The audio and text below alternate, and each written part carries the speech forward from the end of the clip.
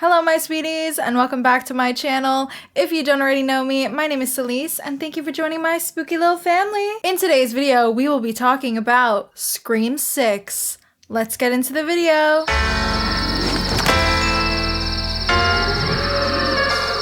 Directed by Matt Bettolini-Olfen and Tyler Gillett, starring Melissa Barrera, Jenna Ortega, Jasmine Savoy Brown, Mason Gooding, Courtney Cox, Hayden Panettiere, and Dermot Mulrooney, Scream 6 follows a new Ghostface killer who targets the surviving members of the Woodsboro legacy attacks in New York City. Oh my god, so if you are here, that means that you just watched Scream 6, baddies! How are you? How are you coping? Like, what's going on? What's happening? What's the vibes? Are you gonna come to New York? Before we get into the review, I do want to say I don't really find it very easy to discuss films like this without spoilers, so this will probably be... No, this is definitely going to be a spoiler-filled review, but I, of course, will give a warning beforehand for you in case you want to go, check out the film and then come back here and hang out with me and talk about it. Okay, so there's a lot to unpack with Scream 6. There's a lot of different feelings everyone's having. People either loved it or they hated it. Some are like, oh my god, it's a masterpiece. And some are like, oh my god, this is so bad. They need to stop making them. You know what? I love cinema. Me, on the other hand, I am so pleased with Scream 6. I am so happy to be here to feel like they definitely upped themselves from Scream 5. I do have to be real though, I, for some reason, going into this film was quite nervous. I did really like Scream 5, but for some reason, just seeing the New York City setting, it just made me really, really nervous. First of all, I am a born and raised New Yorker. I'm a New Yorican baby, and I usually find that most films, particularly horror films set in New York City, never really catch the essence of New York City. Like, coño, don't even remind me of the travesty that is Jason Takes Manhattan. I won't say that Scream 6 completely captures the New York City essence, especially because they actually filmed in Montreal and not New York City. So that's why Central Park looks like it was drawn from memory. But all that aside, they definitely do it better than most. And I mean, come on, let's get real.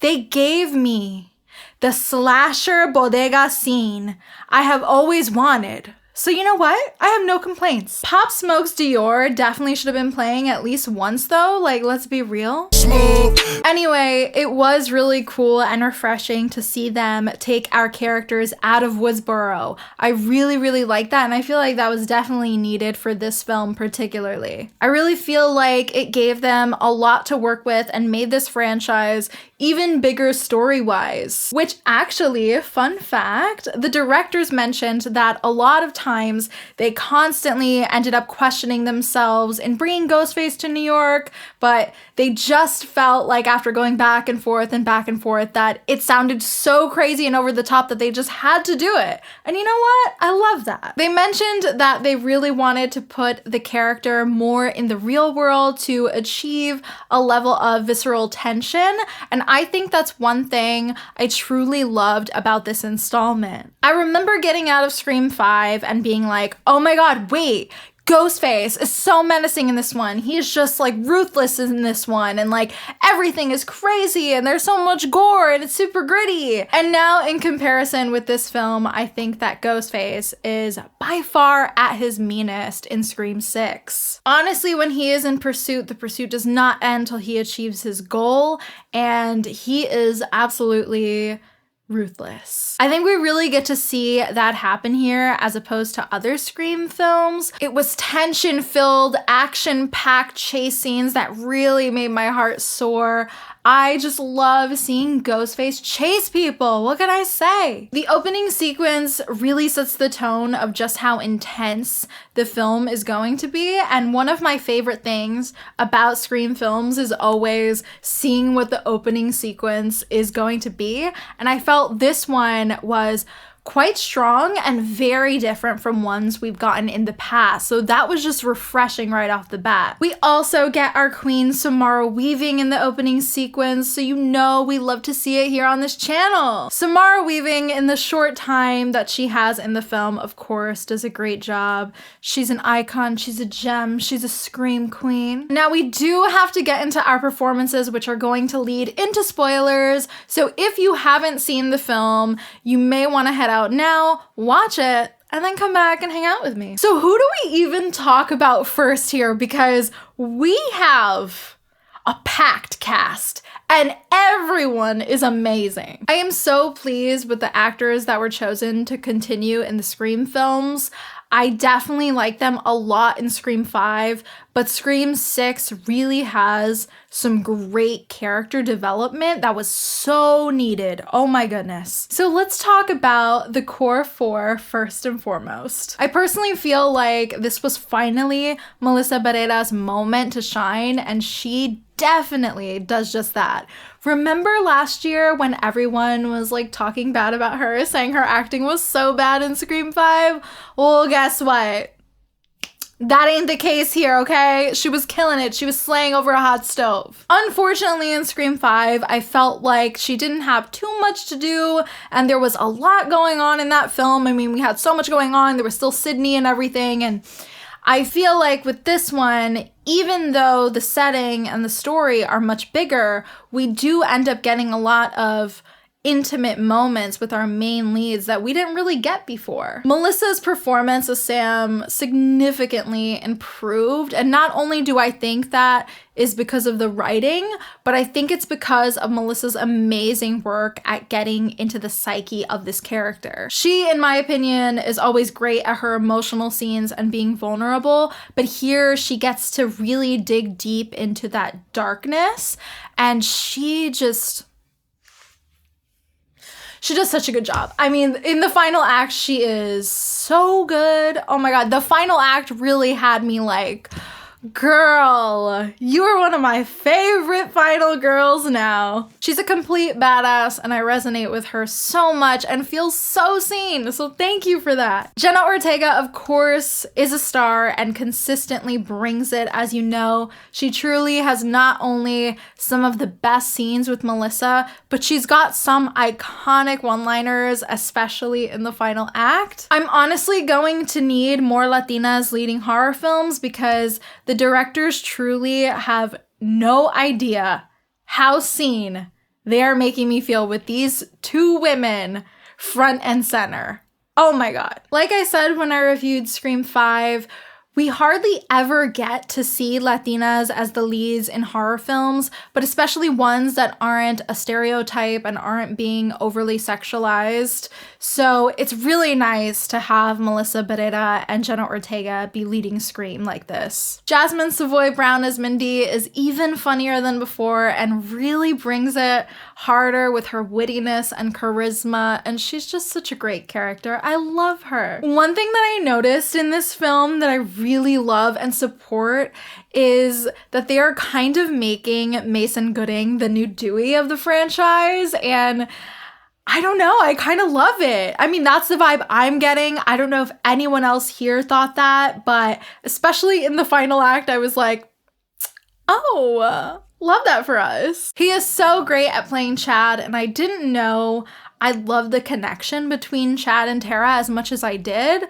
but oh my goodness, they were so cute. All four of them truly evoked every emotion from me, and that's pretty wild. There were a lot of ups and downs and so many moments where I was tearing up. Like, bitch, you have me tearing up in a Scream movie? God, calm down. Of course, we have to talk about our icon, one of our legacy characters, Courtney Cox as Gail Weathers. She is always a pleasure to watch. She's an icon. She is by far one of my favorites, and she always gives such great performances in this franchise. I have to say, it was really cool to finally get that scene between Gale and Ghostface. If you didn't know, which I'm sure you know if you're a Scream fan, Gale and Ghostface have never had a phone call throughout this entire franchise. So to finally get that scene of him calling her and them talking over the phone was amazing. And the fact that it led to this incredible chase and fight sequence, the fight choreography in the scene is so damn good as well. Oh my God. I was gagged. Me and everybody in the theater were yelling and holding our breath. I mean, it was definitely one of the more nail-biting scenes in the film. Okay, so yeah, I know you guys are all waiting to hear my thoughts on Hayden Panettiere back as Kirby. Of course, if you are a Scream fan, then you have probably been anticipating this since they teased us with her little tiny cameo on the YouTube thumbnail in Scream 5. She comes back really strong as Kirby. She comes back so effortlessly, even though she hasn't played the role in 12 years. And that was really cool to see. She absolutely killed it. I'm so happy to see her return to the big screen. She was one of my favorite actresses as a kid. I mean, she was in everything. She's iconic. In terms of the story, I find it to be incredibly engaging and a lot of fun. I loved all of the callbacks to other Scream films. One of my favorite callbacks was when they redid the Sydney punches Gale scene. It was so fun and it was just done so well. It was that moment where Gale really thought that she dodged it, and then, like, Tara just was like, psych! Bam, bitch. I have to also mention that while I'm not sure if this is necessarily a callback, the character of Annika reminded me a lot of Parker Posey's character in Scream 3. Not only do they have the same hair color and highlights, but they also have a very similar clothing style, very Y2K. So I can't help but feel like that was just a cute little nod to her. And speaking of Annika, the actress playing her was amazing, and her character really got it in this film. I not only loved her death scene, but I found it to be one of the meanest of all. The ladder scene was absolutely brutal, and I had so much anxiety watching that. The acting from everyone was so good too. Everyone was so in sync with each other. I also find that while they do give us a lot of Ghostface being absolutely deranged, we do get such a good balance of all of our leads and their connection with each other. I think that is shown really well with the subway scene and even the party scene at the beginning.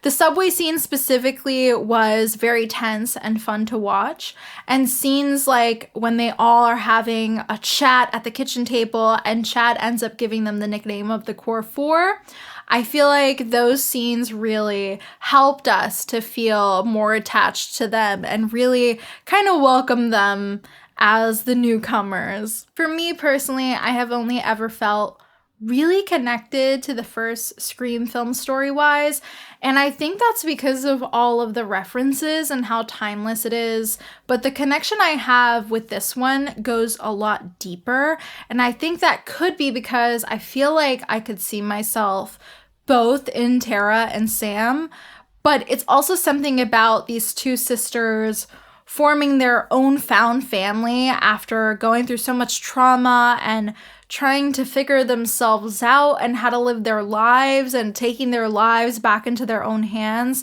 that really ups it all for me. Now, I see a lot of people complaining about the final act of the film, which for me, I'm just not really understanding that.